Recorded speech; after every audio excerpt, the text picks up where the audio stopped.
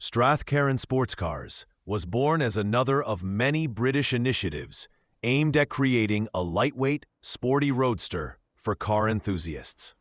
Unlike typical kit cars, the project from the outset had ambitions that went beyond simple garage construction.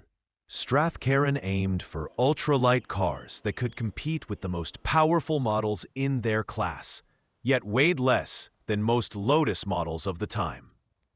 The project was initiated by Ian McPherson, a passionate enthusiast who decided to combine his enthusiasm with professional technical expertise.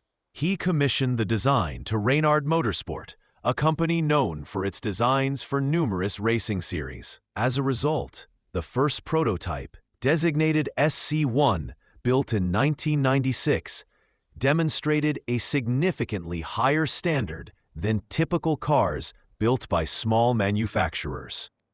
In the following years, further prototypes appeared, increasingly refined and much closer to the planned production model.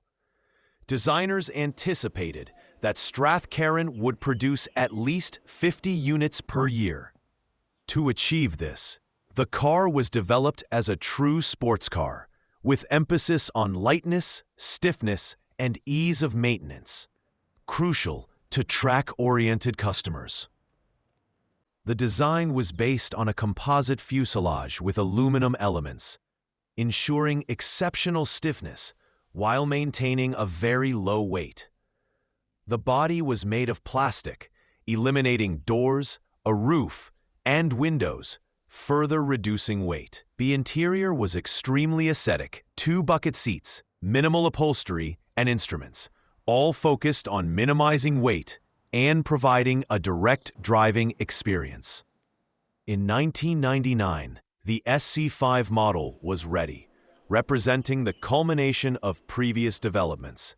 It was powered by a 4-cylinder Triumph motorcycle engine, displacing just under 1,200 cc, mounted mid-mounted to improve weight distribution. The unit developed approximately 127 horsepower at 9,700 RPM and 95 Newton-meters of torque. The engine's operating character, familiar from sports bikes, gave the car an exceptionally lively, high-revving temperament. Power was delivered to the rear wheels via a 6-speed Hewland gearbox, allowing the lightweight design to be fully utilized. A D-Dion rear axle offered a favorable compromise between simplicity and performance, while the front featured independent double wishbone suspension. Powerful Brembo brakes complemented the overall package, ensuring excellent control despite the vehicle's low weight. The SC-5's greatest advantage, however, was its weight, a mere 560 kilograms, which produced nearly 227 horsepower per ton.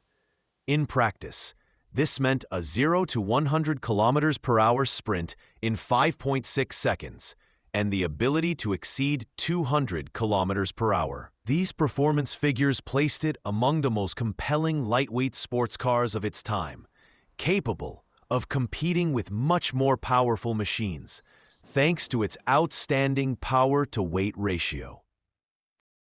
Although the design raised great expectations, Strathcarron faced a significant regulatory challenge.